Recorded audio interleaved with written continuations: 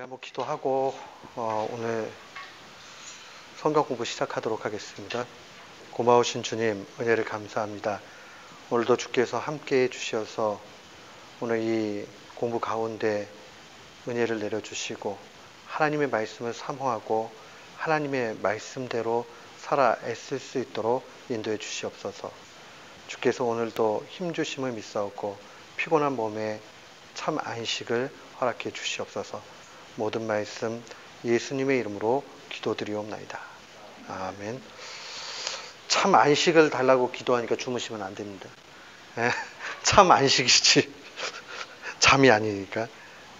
피곤하시죠?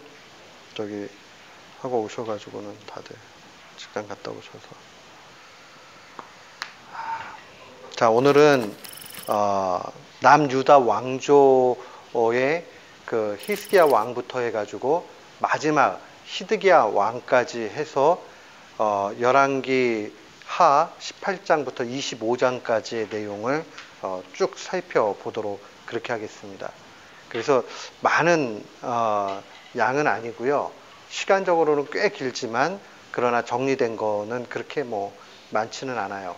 오늘 유다 왕국의 내용들을 쫙 정리하고 나면 그 다음에는 이제 좀 수월하게 성경 읽기에 도움이 될 거라고 생각을 합니다. 우리가 이 남쪽 유다 왕들 가운데 몇 주요한 왕들을 좀 살펴볼 필요가 있는데 그 왕들 가운데 한 사람이 히스기야입니다. 여러분들 그 히스기야 하면은 기억나는 스토리들이 여러 개 있을 거예요. 보통 사람들은 히스기야 하면 제일 먼저 생각하는 게 히스기야가 기도를 해서 그 나음을 입고 또 15년 생명을 연장받은 그 스토리를 다들 기억을 합니다. 근데 이제 히스기야는 한 29년 정도, 그러니까 적은 시간은 아니에요.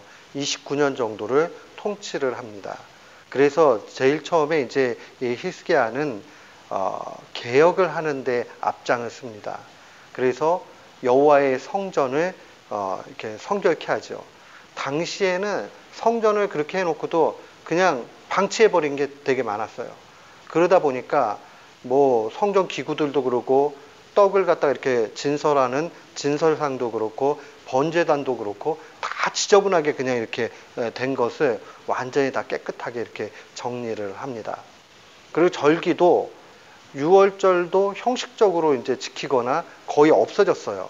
그런데 6월절 제사도 회복시키고 북쪽이 아수르에 의해서 멸망을 했잖아요. 그러면 많은 사람들이 또 남쪽으로 내려왔을 거 아니에요. 그 사람들도 이 6월절을 지킬 수 있도록 그렇게 개방을 합니다. 그리고 이제 성읍마다 산당들을 지었는데 우리 쉽게 얘기하면은 이 산당이라고 얘기하면 이렇게 보시면 돼요. 지방의 브랜치를 우상 브랜치를 그냥 만들어 놓은 거예요. 그 중간중간마다. 이런 산당에 보면은 아세라 목상도 있고 그 다음에 바알 신상도 있고 그 다음에 여러 주상들도 있고 심지어는 모세 시대의 놋뱀 사건 기억나시죠? 광야에서 놋뱀을 높이 들었을 때 그거 바라봤을 때에 그 불뱀에게 물렸던 이스라엘 백성들이 나음을 입잖아요. 그러니까는 놋뱀을 통해서 하나님께서 어떻게 은혜를 베풀어 주셨느냐 하는 걸 기억을 해야 되는데 시간이 지나고 나니까 이스라엘 사람들이 이 놋뱀이라는 그 상 자체가 힘이 있는 거로 착각을 하는 거예요.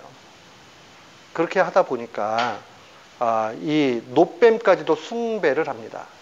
근데 이제 히스기야가 그 놋뱀까지도 다 없애버리게 되죠.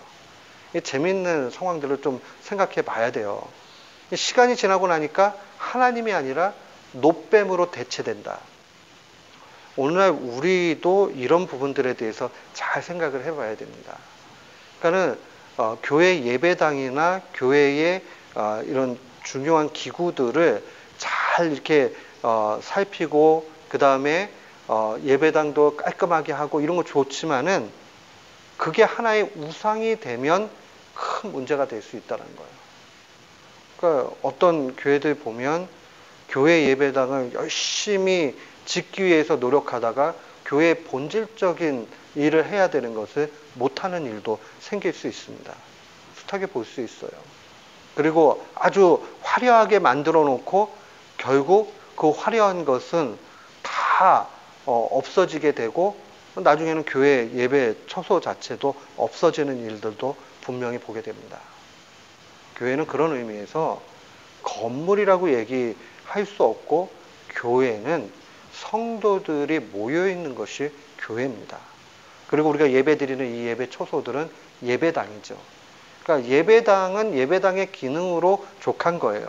어떻게 하면 하나님을 잘 섬기고 하나님의 은혜를 기억할 수 있겠는가? 이것으로 가야지.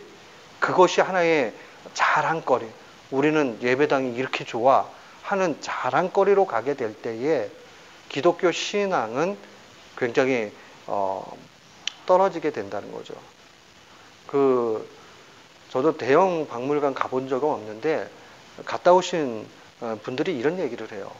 이제 뭐 이집트관 이렇게 시대별로도 돼 있고 지역별로도 이렇게 해놓잖아요. 그러면 이스라엘 사람들 유물들도 이렇게 전시를 해놓는데 다른 데는 다 화려하고 웅장하고 그런 것이 전시되어 있는데 이 이스라엘 관으로 가게 되면 형편없는 거죠. 별로 내세울 게 없는 거죠. 기독교 신앙은요, 눈에 보이는 것이 전부 다가 아니다라는 것을 언제나 가르치죠. 그래서 다른 고대 근동이라고 얘기하면 구약 시절의 주변의 국가들을 고대 근동이라고 얘기합니다. 또 오늘날로 얘기하면 중동의 아주 옛날 그 선조들이라고 생각하면 틀림이 없겠지요. 그 지역의 문화들은 언제나 찬란해요. 반짝반짝거려요. 웅장해요. 그러나 이 하나님을 믿는 백성들의 문화는 그렇게 내세울 만한 것이 별로 없습니다. 우리는 하나님이 명령하셨잖아요. 그런 것들을 상 같은 거 만들지 마라. 왜 그럴까요? 그게 하나의 나중에 우상이 된다는 것을 명확하게 보여주기 때문에 그러해요. 심지어는 성경 원본도 없잖아요. 우리가 가지고 있는 것은 수많은 사본들을 합쳐가지고 사본의 권위 높은 것을 연구한 사람들이 성경 한 권을 갖다가 이렇게 파편적으로 되어 있는 거 묶은 겁니다. 그러니까 한마디로 얘기하면 성경 원본 자체도 우리는 기독교인들 손에 있지 않아요. 왜 그렇게 할까요? 아마 성경 원본이 있다 그러면 사람들은 그거를 숭배하는 일까지 갈 거예요. 야, 거기 가면 신성한 게 있을 거야. 그거 한번 손에 이렇게 만져보면은 하나님의 말씀이 역사해가지고 나를 바꿀 거야. 막 이렇게 사람 속에는 그런 우상의 그런 흔적들이 있어요. 하나님 그거 맞춰도 없게 만든 거죠. 모세 무덤 없죠. 보세요. 모세의 무덤이 있다 그러면 유대인들은 가가지고 하나님 섬기듯이 그렇게 섬길 겁니다. 오늘날 유대인들이 이렇게 만나면요, 거의 모세를 하나님의 종 가운데 가장 높일 뿐만 아니라 엄청난 존재로 숭배를 합니다. 근데 만약에 묘래도 하나 있으면은 대단할 거라고 분명히 보입니다. 근데 진짜 지켜야 되는 게 있죠. 유월절 같은 거. 유월절 같은 건 눈에 보이지 않죠. 그러나 그 절기는 하나님의 은혜가 얼마나 크게 있었는가 하는 것을 보여주죠. 하나님의 역사, 430년 종살이를 청산하고 이끌어주신 그 기쁨의 날을 잊어버리게 되는 거죠. 그러니까 진짜 지켜야 될 건 안 지키고 쓸데없는 거는 지키고 그런 일들이 얼마든지 일어나는데 히스기야가 그것에 대해서 감지를 하고 종교개혁을 한 걸 보게 됩니다. 근데 히스기야가 이렇게 종교개혁을 하고 나면 승승장구하고 좋아야 될 텐데 외부적으로는 좋을 게 없어요. 우리 열왕기하 18장 9절로 12절 말씀 이렇게 보면 히스기야 왕 4년 그리고 아직 북이스라엘이 완전히 멸망한 상태는 아닙니다. 북이스라엘의 마지막 호세아 왕 7년에 아수르 살만에셀에 침공을 하게 됩니다. 사마리아가 함락되게 되고 호세아는 포위를 당하는 일들이 나타나게 되죠. 그러면서 하나님의 말씀은 북이스라엘이 왜 이렇게 멸망하게 되었느냐 하는 것을 이렇게 증거합니다. 그들이 하나님 여호와의 말씀을 듣지 아니하고 그의 언약과 여호와의 종 모세가 명령한 모든 것을 따르지 않았기 때문이다라고 고발을 합니다. 한마디로 얘기하면 뭐죠? 불신앙 때문에, 그 불신앙의 죄 때문에 멸망했다 하는 것을 보여줍니다. 그리고 나서 아수르의 왕이었던 사네립이 1차 침공을 하지요. 히스기야 14년이 됩니다. 이때 침공하고 나니까 성전 문에 있던 금, 또 기둥에 있던 금, 이걸 뺏겨가지고 조공으로 다 바쳐요. 이게 얼마나 침울한 일인가 한번 생각을 해보세요. 이게 얼마나 부끄러운 일인가. 여호와의 성전을 화려하게 지어놓은 것에 그 성전의 금을 뺏겨가지고 그 다음에 조공으로 바쳐야 되는 신세가 된 거. 이거는 이스라엘의 수치일 뿐만 아니라 다른 말로 얘기하면 하나님에 대해서도 엄청난 수치가 되는 거죠. 그런데 그런 일들이 실제로 일어나게 됩니다. 이뿐만이 아니죠. 이제 사네립이 2차 침공을 하게 됩니다. 그러면서 이제 사령관이었던 다르다니나 립사시스, 그 다음에 대변인 가운데 랍사게가 있습니다. 근데 사네립이라는 이름이 나오면 항상 아수르 왕이다 이렇게 기억을 하셔야 돼요. 바로 그러면 어디를 기억해야 돼요? 애굽을 기억을 해야 되지요. 그런 것처럼 사네립 이러면 아수르를 기억을 하셔야 되고요. 그 대변인 가운데 가장 유명한 사람이 랍사게입니다. 이 랍사게가 계속 이 유다를 압박하면서 야, 항복해라 항복해라 이렇게 얘기를 하죠. 이 사람은 히브리어와 아람어에 아주 능통한 사람입니다. 거기 30절로 31절 말씀 기록되어져 있는데 우리 한번 같은 마음으로 한번 읽어볼까요? 시작. 히스기야가 너희에게 여호와를 의뢰하라 함을 듣지 말라. 그가 이르기를 여호와께서 반드시 우리를 건지실지라. 이 성읍이 아수르의 왕의 손에 함락되지 아니하게 하시리라 할지라도 너희는 히스기야의 말을 듣지 말라. 아수르 왕의 말씀이 너희는 내게 항복하고 내게로 나오라. 그리하고 너희는 각각 그의 포도와 무화과를 먹고 또한 각각 자기의 우물에 물을 마시라. 그러니까 한마디로 얘기하면 항복해가지고 그 다음에 아수르의 통치를 받으라 이런 거죠. 마치 우리 조상들이 일본에 침공받아가지고 고통을 35년 동안 받고 있을 때에 나중에 앞을 내다보니까 소망이 없다라고 느껴지니까 지식인들 가운데 일본 쪽에 기울었던 사람들이 그냥 우리 황국의 백성이 되자. 그 황국의 백성이라는 말은 일본 식민지의 그냥 자손들이 돼서 그들 밑에서 잘 먹고 잘 살면 그게 낫지 않느냐라고 그렇게 얘기를 하고 중간에 이제 바뀌죠. 그런 걸 변절했다고 얘기하잖아요. 그러니까 변절자가 되는 것처럼 랍사게가 계속 이러한 유혹을 합니다. 근데 이때 하나님께서 히스기야를 독려하고 이스라엘 백성의 믿음 있는 사람들을 힘주기 위해서 한 사람을 세우죠. 누구죠? 이사야 선지자예요. 그러면서 이사야 선지자를 통해서 하나님께서 예언의 메시지를 주십니다. 거기 19장 6절로 7절 말씀 한번 같이 읽어볼게요. 시작. 이사야가 그들에게 이르되 너희는 너희 주에게 이렇게 말하라. 여호와의 말씀이 너는 아수르 왕의 신복에게 들은 바 나의 모욕하는 말 때문에 두려워하지 말라. 내가 한 영을 그의 속에 두어 그로 소문을 듣고 그의 본국으로 돌아가게 하고 또 그의 본국에서 그에게 칼에 죽게 하리라 하셨느니라. 이 말씀 뭐냐면 하나님께서 이제 사네립을 죽도록 그렇게 하시겠다는 겁니다. 그래서 하나님께서 천사를 일으켜가지고 그로 하여금 천사의 인도를 받아서 본국으로 돌아가다가 본국에서 죽게 그렇게 만들 거니까 걱정하지 말라라고 하나님의 메시지를 이사야에게 주는 거죠. 근데 이게요, 우리가 결론을 알고 보니까 그렇구나 이렇게 되는데 결론을 모르는 상태에서 이 일들이 나타나게 되면 상당히 혼란합니다. 야, 과연 우리가 랍사게의 말대로 전쟁을 피하고 이 신하 나라가 돼가지고 목숨을 구제하고 그러고 나서 하나님 뒤에서 좀 이렇게 잘 섬겨도 되고 자식들하고 그래도 사이좋게 살면 얼마나 좋아 이런 생각 들 수 있고요.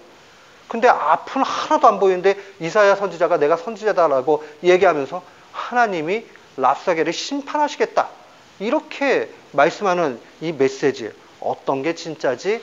라는 쉽지 않은 상황들이 놓일 수 있습니다. 우리의 삶도 마찬가지예요. 하나님 뜻대로 하면 다 되지. 그래. 이러면서도 한편으로는 하나님의 뜻보다는 인간적인 방법을 조금만 쓰면 이거 될 것 같은데 하는 유혹이 오게 되면 타협하게 된다고요. 그거 하나님의 신앙의 방법으로 그냥 이렇게 밀고 가는 게 쉽지가 않단 말입니다. 그런데 우리가 이 말씀 가운데 기억을 해야 되는 것은 하나님은 하나님의 방법으로 하나님이 이끌어 가신다는 거예요. 그래서 하나님의 뜻대로 가는 일들이 필요해요. 그러니까 신의 나라가 되는 게 하나님 뜻이 아니다. 단순히 그게 아니라 하나님께서 만약 그거를 원하신다면 우리는 그대로 가야 되고 이사야의 메시지 같이 하나님의 손을 의지해야 된다라고 말씀해 주시면 그거를 또 분별해서 가야 돼요. 여기서 포인트 중요한 건 뭐냐면 하나님의 뜻을 분별하는 영적인 게임, 그걸 각성이라는 말로 사용하죠. 영적인 각성이 필요하다 하는 것을 기억해야 됩니다. 그리고 나서 이제 19장 이후로 20장에 오면 이사야가 기도를 하는 내용이 크게 두 가지가 나타납니다. 우리 20절 말씀 한번 볼게요. 아모스의 아들 이사야가 히스기야에게 보내 이르되 이스라엘 하나님 여호와의 말씀이 네가 아수르 왕 산헤립 때문에 내게 기도하는 것을 내가 들었노라 하셨나이다 라고 하면서 이제 예언의 메시지를 줘요. 21절과 29절에 보면 여호와께서 아수르 왕에게 대하여 이같이 말씀하시기를 처녀딸 시온이 너를 멸시하며 너를 비웃었으며 딸 예루살렘이 너를 향하여 머리를 흔들었느니라. 이게 무슨 얘기냐면 종종 도시는요 여성으로 표현될 때가 많이 있습니다. 그래서 너희 딸 이런 표현들이 나타나게 되는 거죠. 처녀딸 이런 말이 나오고요. 이 시온이라는 것은 특별히 어느 장소를 시온이라고 얘기하죠? 기억나세요? 제가 설교 시간에 몇 번 말씀을 드렸는데 시온이 어딜까요? 시온이 예루살렘이죠. 예루살렘. 그러니까 시온이라고 얘기하면 시온이 어딘지 정확하게 우리가 딱 이 지역이야 이렇게 얘기할 수 없지만 우리가 예루살렘을 시온이라고 얘기할 수 있어요. 그리고 예루살렘이 시온이라고 얘기할 때 예루살렘의 가장 중심은 뭘까요? 성전이고 성전에 성지순례 가봤죠? 성전에 딱 가니까 예루살렘 성전 가봤죠? 거기 가장 중앙부가 어디예요? 돔의 가장 중앙부. 거기를 뭐라고 얘기해요? 지성소인데 거기를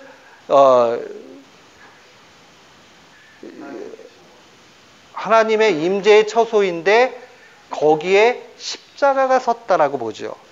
그래서 골고다 언덕을 이 중심부로 봐요. 그러니까 이 얘기는 뭐냐 하면 예수 그리스도께서 십자가에 죽으신 곳이나 시온이나 예루살렘이나 다윗 성전의 터나 그 타작마당이나 다 같은 장소를 얘기하는 거예요. 제일 핵심은 뭐예요? 하나님이 임재하는 곳. 임재한다는 말은 다른 말로 뭐예요? 하나님이 거기에 오셔서 통치하는 곳이다. 그걸 얘기하는 거예요. 그러니까 지금 시온의 처녀딸 시온이 또 예루살렘이 고개를 흔들었다 이 얘기는 뭐예요? 고개를 언제 흔들죠? 그건 아니지 하고 얘기하면서 절레절레 흔들면서 그래 너의 행동이 옳지 않다라고 할 때 고개를 좌우로 흔들죠. 그죠? 지금 하나님이 그렇게 보신다라는 걸 상징적으로 얘기하는 거예요. 그 다음에 29절 말씀 한번 볼게요. 또 네게 보일 징조가 이러하니 너희가 금년에는 스스로 자라난 것을 먹고 내년에는요 그것에서 난 것을 먹되 제3년에는요 심고 거두며 포도원을 심고 그 열매를 먹는다. 뭘 얘기할까요? 하나님이 완전히 회복시키셔가지고 그 땅의 소산을 먹게 하신다는 거죠. 그죠? 결국 하나님이 지금 고난을 당하고 있지만은 아수르의 손에서 이 벗어날 수 있도록 이끌어 주신다는 것을 확실하게 징조로 보여주신 겁니다. 그러면서 이제 20장으로 넘어오게 되면 히스기야가 죽을 병에 걸리게 되잖아요. 그죠? 이사야 선지자가 너 죽게 됐다? 이렇게 얘기를 했어요. 그랬더니 3절에 뭐라고 얘기해요? 3절 말씀 봅니다. 여호와여 구하오니 내가 진실과 전심으로 주 앞에 행하며 주께서 보시기에 선하게 행한 것을 기억하옵소서 하고 히스기야가 심히 뭐 했다고요? 통곡했다라고 이렇게 기록을 합니다. 이 말씀이 역대기 서로 가게 되면 더 디테일하게 기록이 되어 있죠. 벽면을 향해 가지고 기도를 하면서 하나님 앞에 간절히 기도하는 히스기야의 모습이 나타나면서 겸비하면서 그래도 내가 좀 잘한 거 한 가지라도 좀 기억해 주세요 라고 그렇게 기도하는 내용들이 나타납니다. 그렇게 됐을 때에 이제 징조를 받은 이사야 선지자가 얘기하죠. 자, 아하스의 해시계를 10도 앞으로 나가게 할까 10도 뒤로 나가게 할까 그렇게 물어봐요. 그랬더니 뭐를 구하죠? 기억이 안 나요? 11절 말씀 한번 읽어봅시다. 시작. 선지자 이사야가 여호와께 간구하며 아하스의 해시계 위에 나아갔던 해 그림자를 10도 뒤로 물러나게. 앞으로 가는 것보다 뒤로 가는 게 더 어려우니까. 이 얘기는 뭐냐면요. 시간이 해시계라는 것은 이 그림자를 통해서 시간을 보는 거니까 해가 앞으로 진행이 되어버리면 이미 시간이 지나간 거예요. 패스된 거죠. 그렇게 됐는데 이거를 다시 물러가지고 뒤로 물르게 해달라는 거예요. 근데 이게 재밌는 게요. 지금 요 사건이요. 역사적으로 어떻게 됐나 보니까 완전히 반대편의 남반구에 있는 그 라틴 아메리카의 어떤 지역에서 옛날 고 서적을 이렇게 하니까 갑자기 해가 이게 정상적인 시간이 그렇게 되지 않은 것을 기록한 내용들이 있어요. 그 시절에. 그러니까 이게 진짜 하나님이 하신 거예요.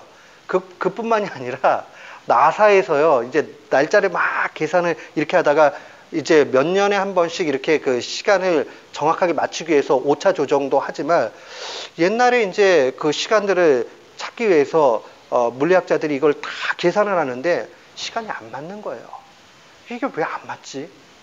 그래 계속 고민을 하다가 그 나사 사람들 가운데 아주 신실한 크리스천이 하나 있었는데 성경 속에 이 내용이 있다. 그래서 그걸 계산해가지고 집어넣었더니 정확하게 맞아 떨어졌대요.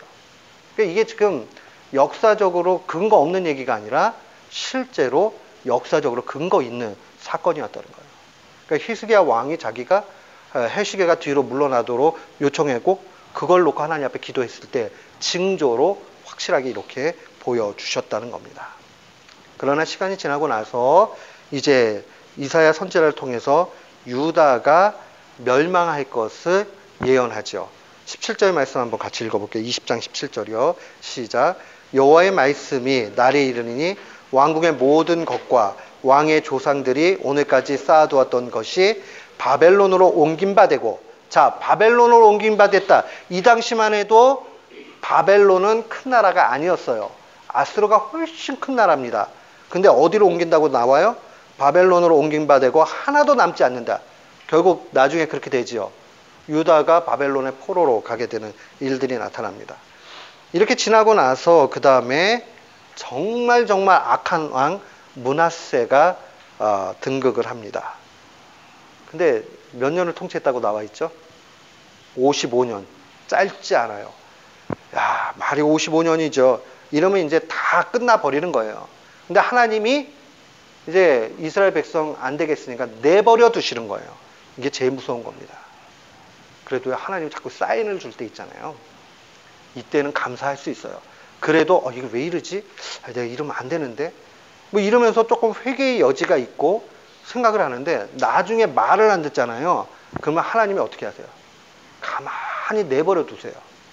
가만히 내버려 두면 겉으로는 잘 되는 것 같은데 나중에 보면 이게 엄청나게 큰 문제로 간다는 것을 볼 수 있습니다. 거기 이제 보면 히스기야가 산당을 다 허물어 버렸잖아요. 근데 그거를 다시 세워버립니다. 그 바알 제단도 만들고 아세라 목상도 다시 만들어요. 그 다음에 더 미치는 거. 일월성신. 뭐예요? 해와 달과 별. 이 모든 것을 다 섬깁니다. 그러니까는 이게 뭐 도대체 그 말로 할 수 없는 우상의 집합소가 됩니다. 종교학자들 가운데서 특정한 어느 나라를 신들의 러쉬라는 말을 사용을 합니다. 신들이 다 모여 있다고. 제가 어떤 나라라고 지칭은 하지 않겠지만 우리가 어느 정도 느낄 수 있을 거예요. 실제로 그 나라에 여행을 하게 되면 하다 잡다한 상들이 다 있고요. 그 다음 집안마다 그 뭐라고 얘기해야 될까요?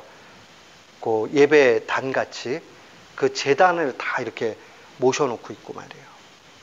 그 옛날 우리 조상들도 신주단지 같은 거 이렇게 집에다 모셔놓잖아요. 그런 것처럼 집집마다 그 제단을 하나씩 이렇게 가지고 있는 일들이 나타납니다. 근데 그런 일들이 지금 므낫세 왕 때 시작이 되는 거예요. 그러니까 므낫세 왕이 이 일들을 그대로 그냥 방치하고 놓는 거죠. 그러니까 이제 9절 말씀 한번 볼까요? 시작. 이 백성이 듣지 아니하였고 므낫세의 꾀을 받고 악을 행한 것이 여호와께서 이스라엘 자손 앞에서 멸하신 여러 민족보다 더 심했다. 이게 진짜 무서운 게 뭐냐면 열왕기 처음 할 때 그 말씀 드렸어요. 열왕기의 큰 문제가 뭐냐 하면 왕 중심의 역사를 기술하는 게 문제가 아니라 왕이 얼마나 민족들에게 영향력을 크게 미칠 수 있는가. 그래서 악한 왕들에 대한 고발서다 이런 얘기를 했어요. 우리 마찬가지입니다. 지금 므낫세 왕을 향해서 성경은 고발하기를 뭐라고 얘기하냐면 므낫세의 꼬임을 받았다. 이 얘기는 므낫세가 그렇게 만듦으로 사탄의 앞잡이가 되어져서 이스라엘 온 백성들을 다 죄악길로 몰고 간 것으로 묘사하고 있습니다. 무서운 얘기예요. 무서운 얘기예요. 그리스도인들이 왜 세상 속에서 바로 살아야 되느냐? 우리가 바로 살지 않으면 다른 사람들을 그렇게 꿰서 죄의 길로 이끌기 때문에 그래요. 좁게는요, 집안 안에서 부모님이 신앙이 바르게 보여지지 않으면 자녀들이 그런 영향을 받게 되겠지요. 또 부모님 믿지 않아서 뭐 그렇게 논할 수 없는 분들 가운데서는 나중에 자기가 신앙생활 그렇게 하지 않으면 전도의 길을 막을 뿐만 아니라 그 사람 자체가 다른 사람으로 하여금 신앙의 상황들을 전혀 갖지 못하도록 귀를 막게 만들 수도 있어요. 그 나중에 부모가 돼가지고 가정이 이뤘을 때 또 똑같은 것이고요. 왜 교회 공동체도 마찬가지예요. 가만 보세요. 교회마다 아주 독특한 그 흐르는 영성이 있습니다. 그래서 목회자가 돈 때문에 넘어진 교회는요, 대대로 돈 때문에 문제가 생깁니다. 이게 근거 없이 제가 드리는 말씀은 아니에요. 그래서 목회자와 다른 성도들이 돈에 대해서 클리어하게 해야 됩니다. 반대로 만약에 7개 간음죄를 범한 그런 목회자가 있으면 교인들이 목회자에 대해서만 비난하는 걸로 끝나면 안 되고요. 뭐 쫓아내는 걸로만 끝나면 안 되고요. 전체가 다 같이 그 일들을 놓고 회개하는 일들이 필요합니다. 그거 종지부짓지 않으면요, 언젠가는 한두 대 걸쳐서 또 그런 일들이 나타납니다. 그렇기 때문에 우리 교회는 이 부분에 대해서 정말 깨어 있어야 돼요. 예배 드리는 거, 찬양하는 거, 헌금 생활하는 거, 모든 게 다 마찬가지예요. 하나님이 기쁘시기에 우리가 그렇게 준비돼가지고 가지 않으면 나중에 우리 밑에 세대 아이들이 고스란히 배우고 그렇게 예배 드리고 그렇게 살고 그래도 되는구나 이렇게 돼버려요. 정신을 우리가 차리고 지금 신앙생활을 해야 됩니다. 지금 요즘에 물질 만능으로 얼마든지 그렇게 살아갈 수 있단 말이에요. 그게 문제가 되지 않아요. 그런데 그렇게 지내다 보면 나중에는 어느 순간에 교회인지 세상인지 세상인지 교회인지 모르게 돼버리고 망해버려요.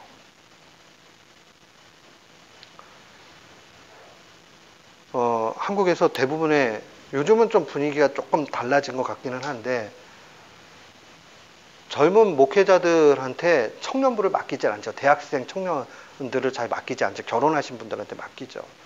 근데 종종 이제 교회 형편이 그리 되지 않으니까 맡겨요.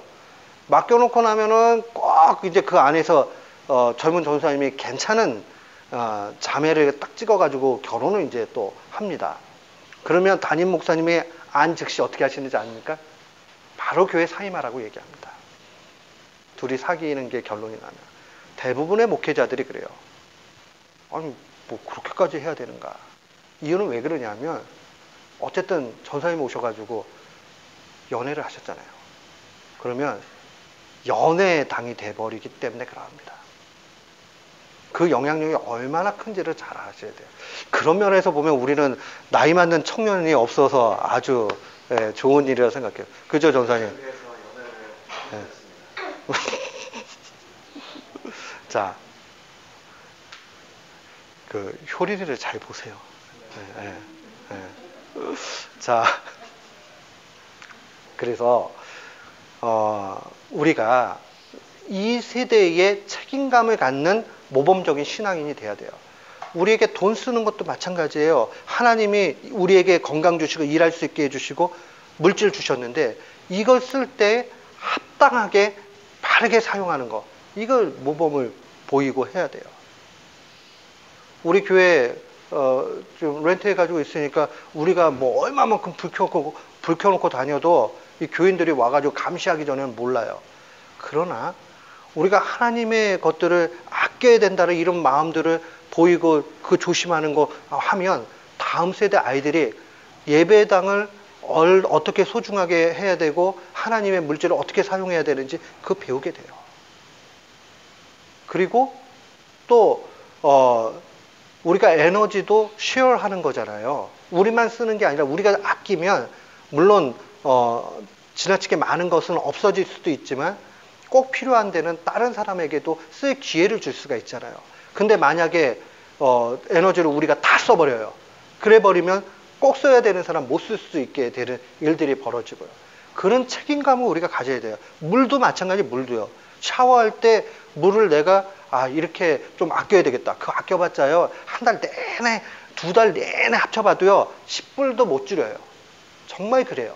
그러나 그 자세와 내가 이거를 갖다가 아껴가지고 사용했을 때 꼭 필요한 사람들하고 쉐어할 수 있다는 거는 또 다른 문제가 되죠. 그렇죠? 그러니까 그런 자세가 필요하다는 겁니다. 이렇게 악하게 이렇게 됩니다.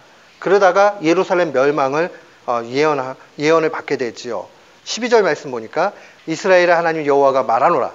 내가 이제 예루살렘과 유다의 재앙을 내리리니 듣는 자마다 두기가 울리리라. 이 두기가 울린다라는 표현이 아주 유대인적인 그런 표현입니다. 두기가 언제 울리게 되겠습니까? 두 가지 표현이 있어요. 전쟁이 나면 한국에 옛날에도 전쟁 났다는 걸 뭘로 알렸죠? 전쟁? 이 높은 산에 올라가지고 연기를 올려가지고 적군이 침입해 올 때 이렇게 사인으로 주기도 하고요. 또 이렇게 옛날 영화들 같은 거 보게 되면 또 어떻게 알리죠? 나팔을 불죠. 나팔을 불면 그 두 귀가 어떻게 되겠어요? 울리겠죠.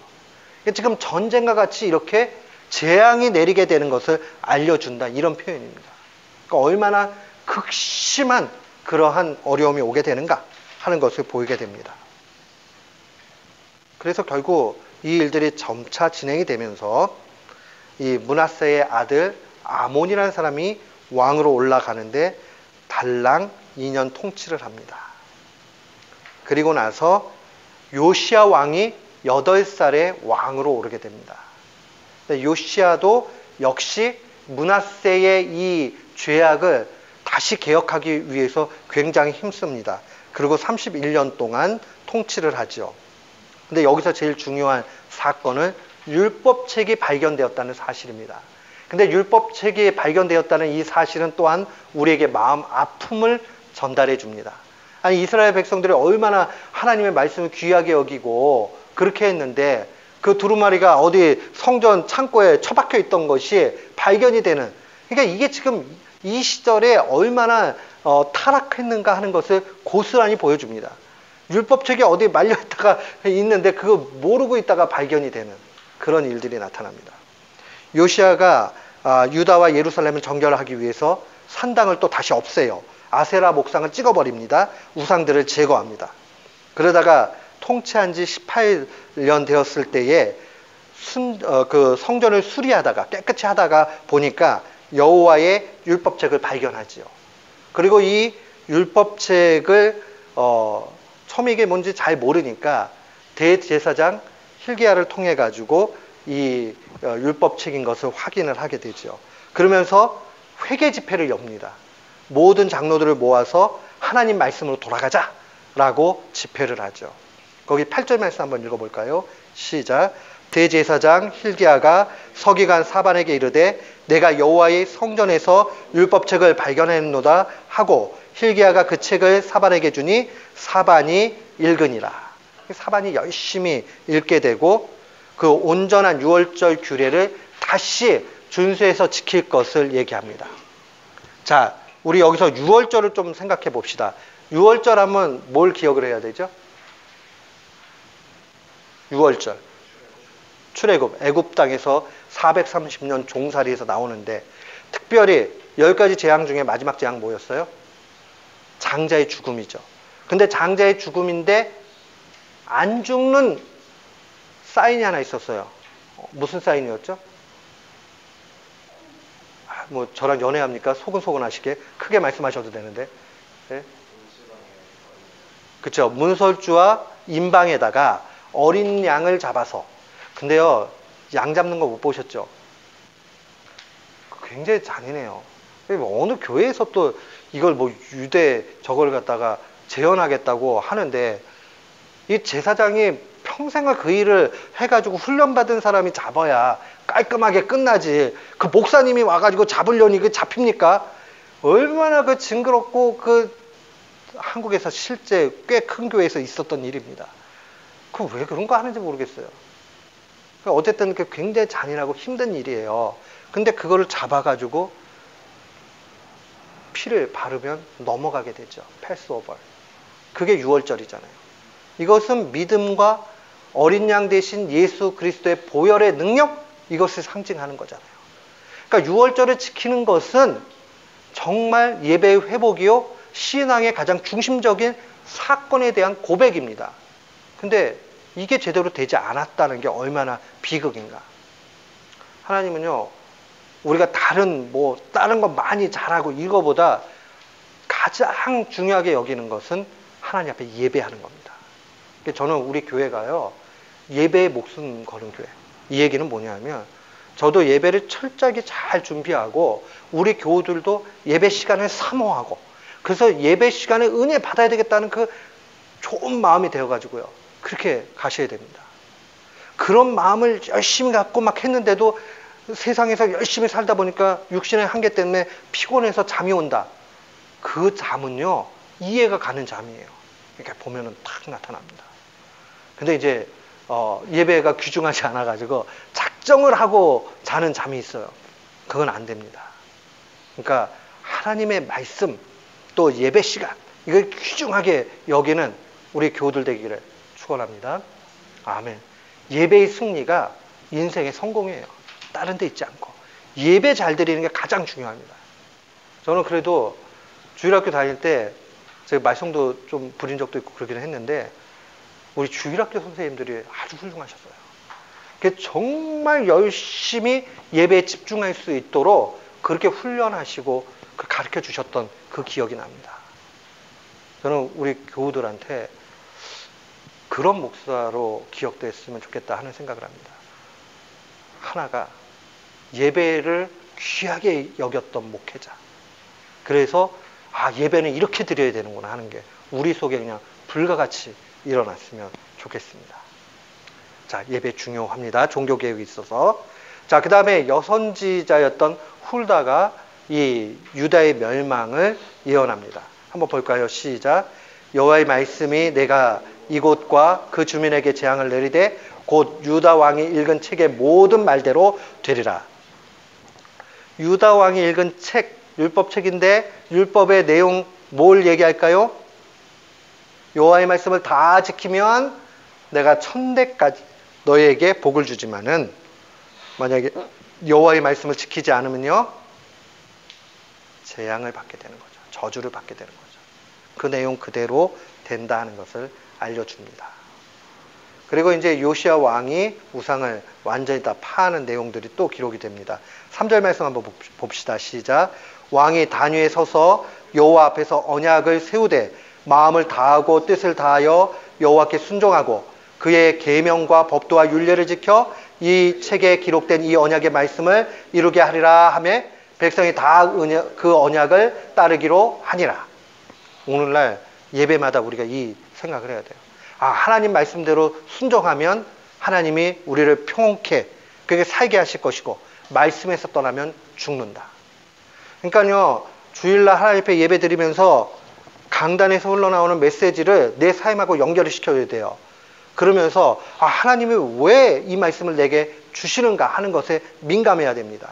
그리고 그 말씀대로 우리가 이끌림을 받아서 살아가야 됩니다.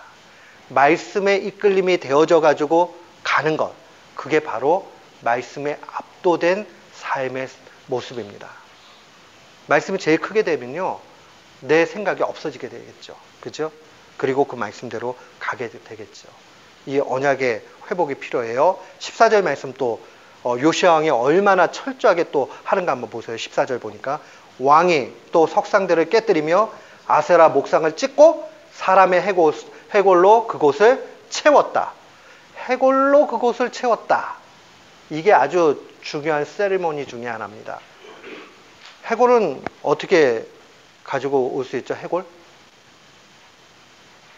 해골은 죽음을 상징하죠.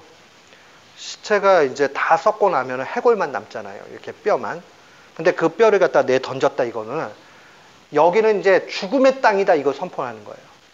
그러니까 이 신당에는 더 이상 이 잡신들도 없을 뿐더러 여기에는 어떠한 일도 나타날 수 없다라는 종지부를 찍는 일입니다.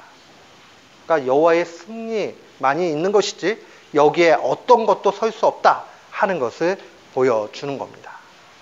그리고 나서 이제 여호아스 왕이 3개월 정도 통치하고요. 그 다음에 여호아긴 이 모든 분들이 죄다 실제적으로 바벨론 포로를 가게 됩니다. 그렇게 되다가 시드기야 왕 때 11년 통치를 하는데 이제 마지막 비극이 되죠. 시드기야 왕은 두 눈이 뽑힌 채로 바벨론 포로가 되고 남쪽 유다가 완전히 멸망하게 됩니다. 이게 이제 전체적인 이제 스토리의 마지막입니다. 그러니까 기억을 하시고요. 남쪽 유다가 이렇게 끝나버렸구나.